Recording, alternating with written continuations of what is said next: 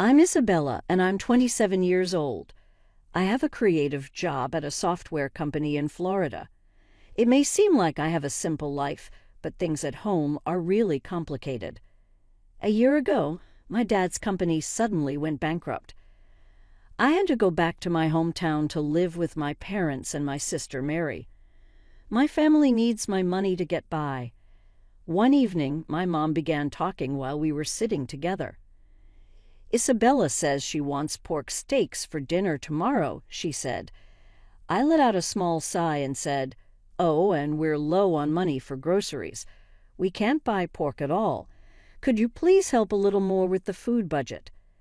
I frowned and said, "We have no money for food, and it's not even halfway through the month yet." Then Mary said, "Big sis, you're not giving enough money for food." I was really surprised. "What do you say? I'm giving $10,000. That should be plenty," I replied sharply. Mary made a funny noise. "Big sis, prices are up now. $10,000 is not enough for a family of 4 these days." I couldn't stop my frustration. "Only $10,000. Less than text if you have an issue with it. Why not find a job and help pay for your own food?" I replied quickly. Mom got involved and supported Mary. "Finding a job is tough. I feel sorry for Mary," she said. I felt really upset. Mary says she is looking for a job, but really she is just sitting around and not doing anything. Also, the money I give is quietly being given to Mary as spending money by my mom. "That's enough," I finally said. "If it's really tough to handle, why don't we sell this house and go back to Grandma's hometown? We might be able to get jobs there, and life could be easier." But Mom said no to that idea right away. "No chance. I'm not going back to that town," she said. "My grandma has a popular Italian restaurant in Miami where we can work and enjoy free pizza and pasta. Life would be simpler, but Grandma is very strict, especially about making pizza. My mom doesn't like this and doesn't want to do the tough job of making pizza." My dad always asks, "Why do we quickly ask Grandma for help when we should be taking care of ourselves?" That's just being pampered. I felt like screaming inside. How can they call me spoiled when I'm the one paying for everything and my sister doesn't even want to work?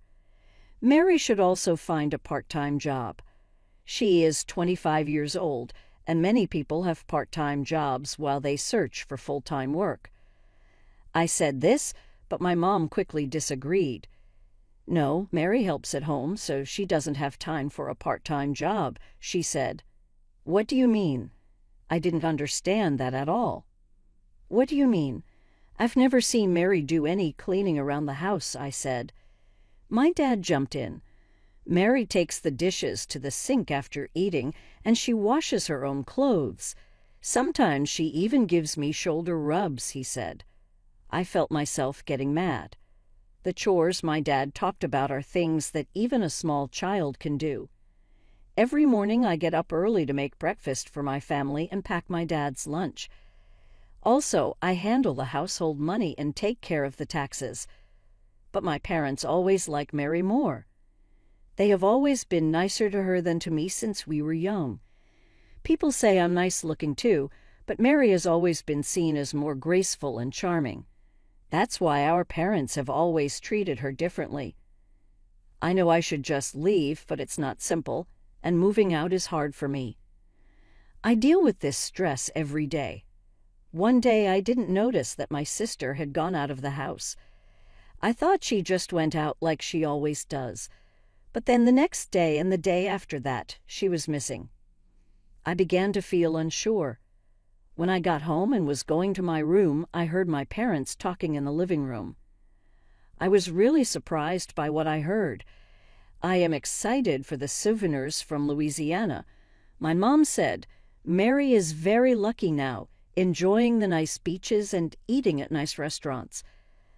"I want to go to Louisiana as well.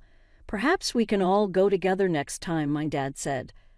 I couldn't keep quiet any longer. "Hold on, what do you mean? Are you saying that Mary is in Louisiana at this moment? I asked, feeling puzzled. My parents stared at me, shocked. Yes, that's correct, they said. I was really surprised. But how? She has no money, I said. I have been trying not to shop or go out to save money. Oh, she got a trip from a contest, my mom said. Mary has always been lucky with things like that. It seems that Mary won a trip to Louisiana and I didn't know about it. I was surprised, so I chose to accept their explanation for now. The next day, while I was at work, I received a call from a credit card company that I didn't expect. I don't often use my credit card, so I was surprised when the company called to tell me about high charges in the last 4 days. I don't remember buying anything expensive. I felt nervous, so I asked how much had been spent. The customer support agent said it was $20,000 for 4 days. I immediately knew who was responsible. It must be my sister, Mary, having fun on her trip to Louisiana. She might have won the hotel stay and plane tickets, but she still needed cash for souvenirs and other stuff. I wanted to know the truth, so I called her. What's happening? Tell me what you mean, I said. Oh, I didn't expect you to call, sis, Mary joked. I thought you were waiting for your souvenirs. Stop playing around. You have been using my credit card without asking, right? I asked firmly. She looked like she didn't care at all. Did you see? It was an accident, she said in a relaxed way. I got more and more angry. I felt bad for not noticing earlier that someone had looked through my things. What was on your mind? Using a credit card without asking is against the law. I yelled. It could be a problem if it belonged to someone else, but we're family, Isabella. You really need to learn about these things, she said. How can you use $20,000 in only 4 days? That's a really big amount of money. So, apart from the free flight and hotel, I had to pay for everything else like activities, shopping, and meals. I went to nice restaurants, bought some name-brand things, and took cabs. I didn't even realize it, but I spent more than $20,000, she said easily. It's not right to spend that much money, Mary. What were you thinking? Why are you so angry? I used the card because it was going to run out soon. That's it, sis. You can take care of the bill, she said happily, then hung up the phone. I couldn't find the words to say anything. Everything happened really fast. After that, Mary kept trying to reach me, but I didn't respond to her. She left a message on my voicemail saying, I guess I really messed up this time. I'm really silly. I found it funny how relaxed she was about it. When I got home later that evening, my parents quickly came to say hello. Welcome back, they said.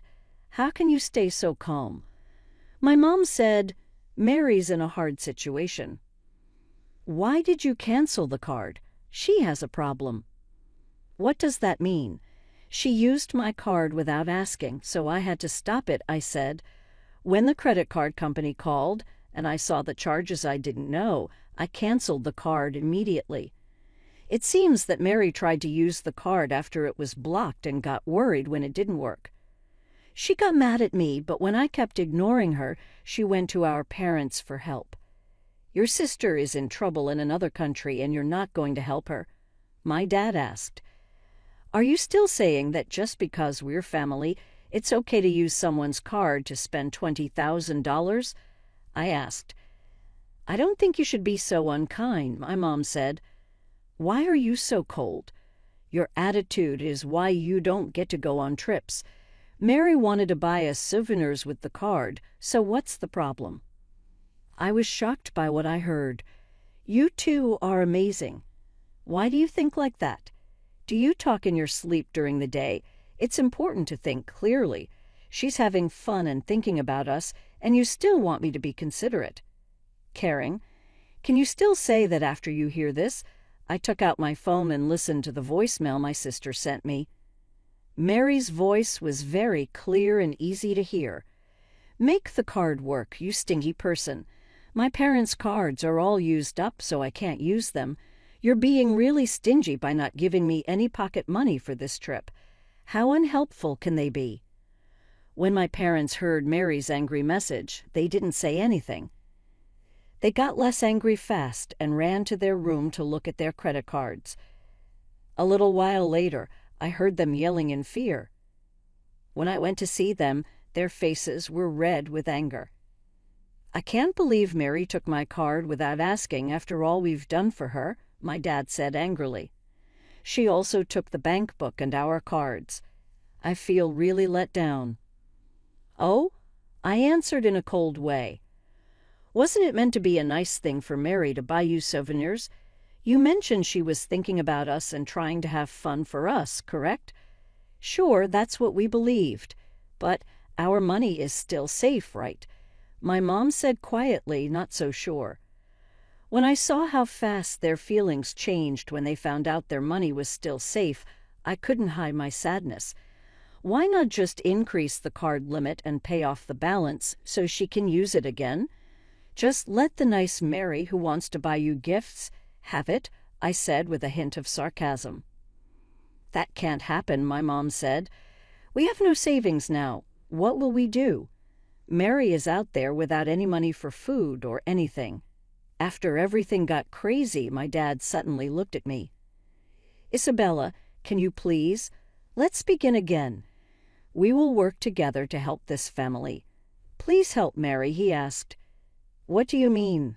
Am I included now?" I asked in a sarcastic way. My mom knelt down in front of me because of what my dad said. I was surprised for a moment, but then I just had to laugh sadly.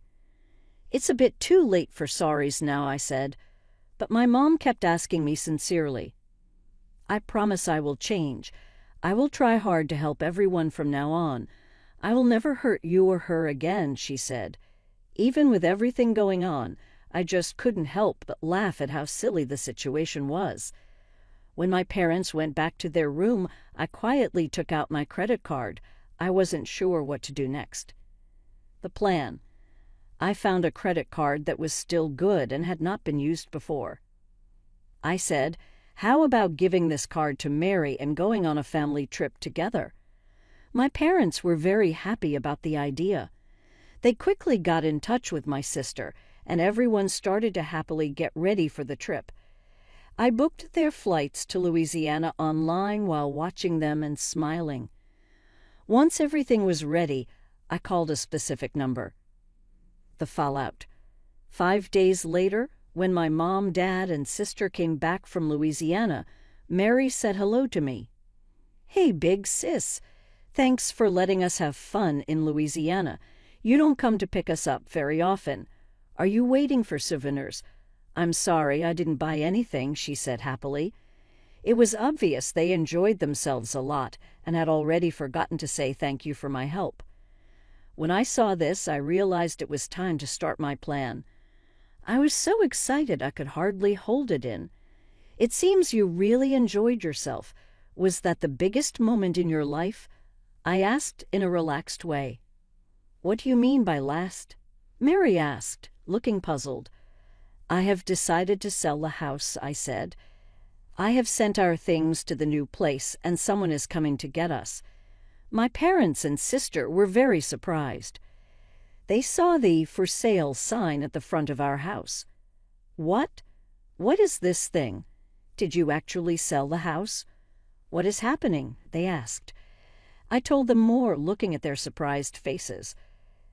"A real estate agent I know from university wanted this land for some time and had been asking to buy the house and land together. I used to say no because I thought it was better to keep the house, but I have changed my mind recently. I saw that selling this house and living by myself again would give me money and peace of mind. My parents were against it. You can't sell the house by yourself. That's against the law.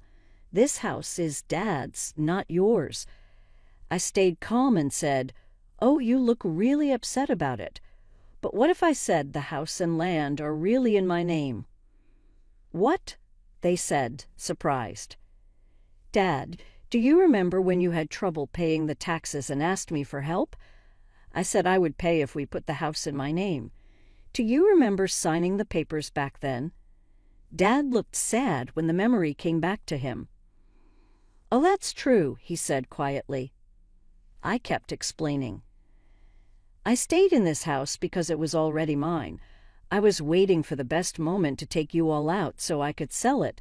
It was hard to find a chance because you were always at home, but when I sent you to Louisiana, I finally got my opportunity. Since everyone is out of the house, I can sell it now." Everyone was very surprised. "What?" they said in surprise. I said calmly, "Your luggage is already at the new place, so don't worry. The pickup is coming soon." "Pickup?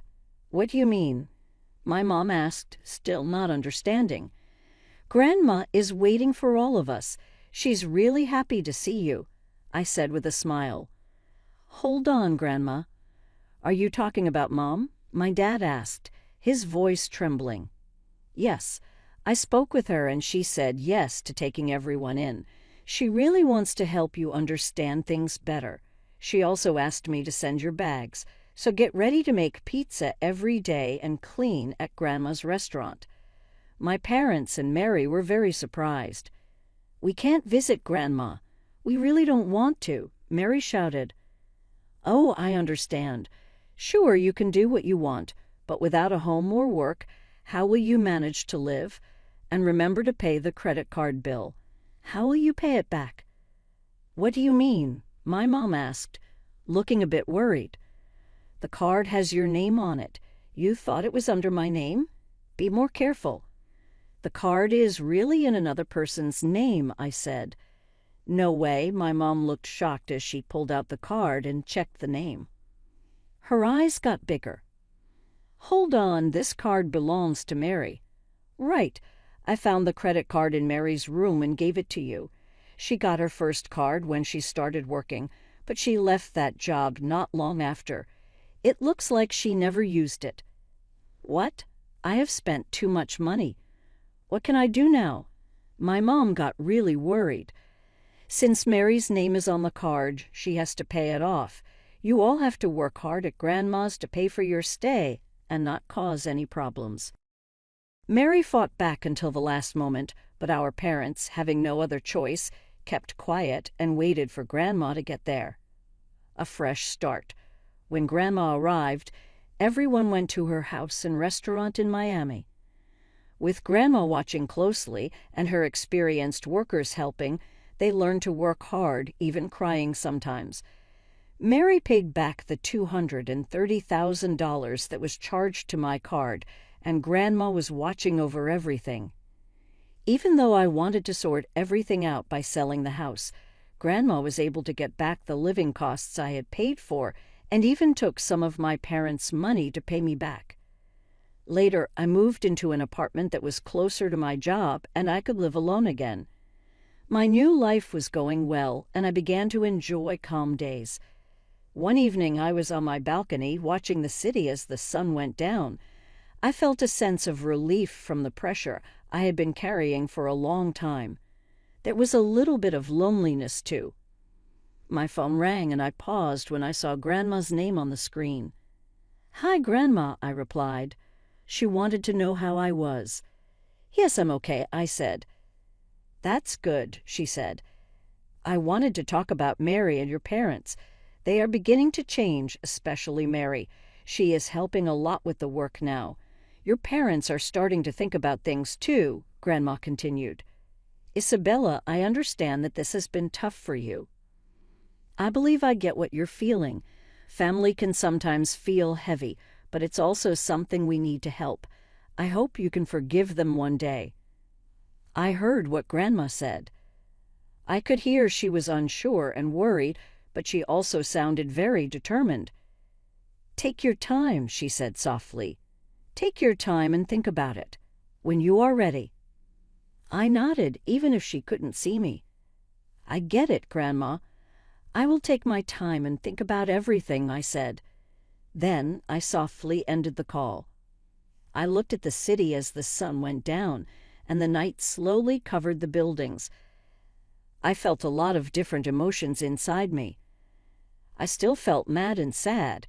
There was also a little bit of hope for what's to come. When I got back to my room, I noticed an old family photo. A young Mary and I smiled with our parents in it. Looking at those happy faces made me think of the fun times we had together before. I wished we could return to those days. But reality soon reminded me. A fresh beat. As time went on, my life started to find a nice, easy routine. I was put in charge of a new project at work. I began to feel happier in my personal life. One evening, after finishing my work for the day, my phone rang. This time it was a number I didn't recognize. I thought about it for a moment, but chose to reply. "Hi, I'm Isabella." "It's me," Mary said, a voice that sounded different from her usual confident and proud way of speaking. It felt gentler, less certain. Shocked, I said, "Mary, what is happening? Did something go wrong?" "I'm sorry for calling unexpectedly." Well, she began to speak. "I want to see you face to face. I want to talk to you," Mary said gently. Her voice showed a kindness and change that I didn't think she had. "Why you want to get together?" I asked softly, waiting for her reply. Mary's voice was shaky but calm and honest, showing how much she had changed. "Hey, big sis, I really want to say I'm sorry. I thought a phone call wouldn't really show how I feel. I want to meet you face to face so I can really say I'm sorry." I could tell she was really sincere. I listened quietly without interrupting. "If it's too difficult for you to meet me, that's fine. I just want to understand how you feel," Mary said.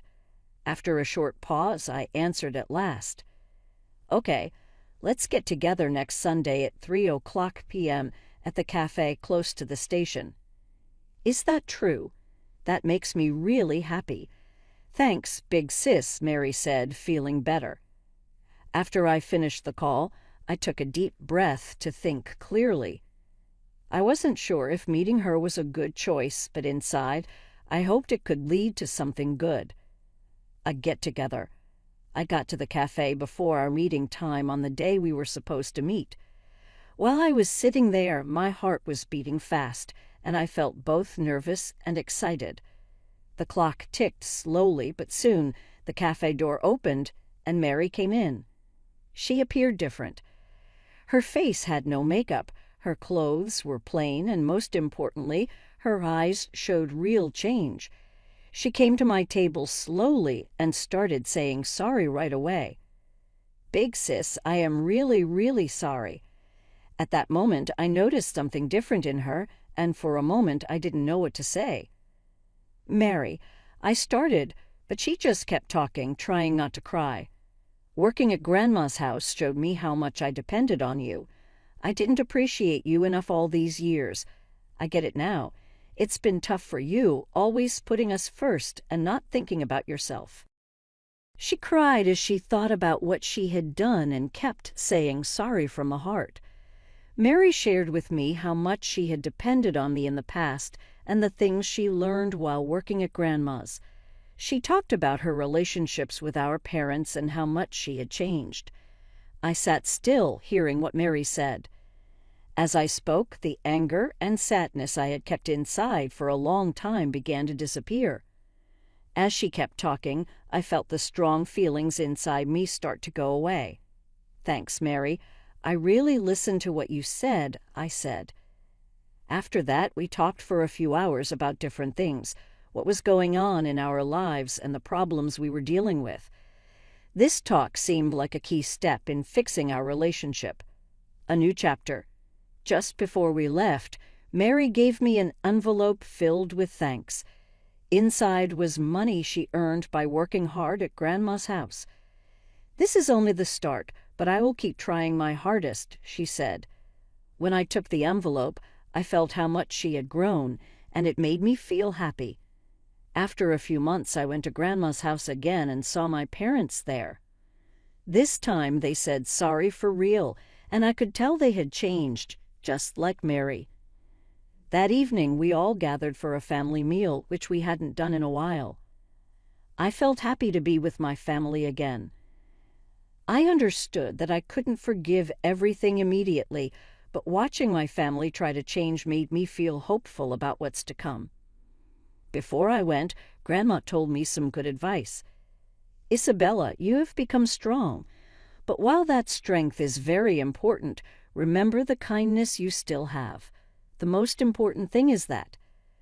When Grandma hugged me, I felt so much that I started to cry. I felt this was the start of something new with my family, and my heart began to feel lighter.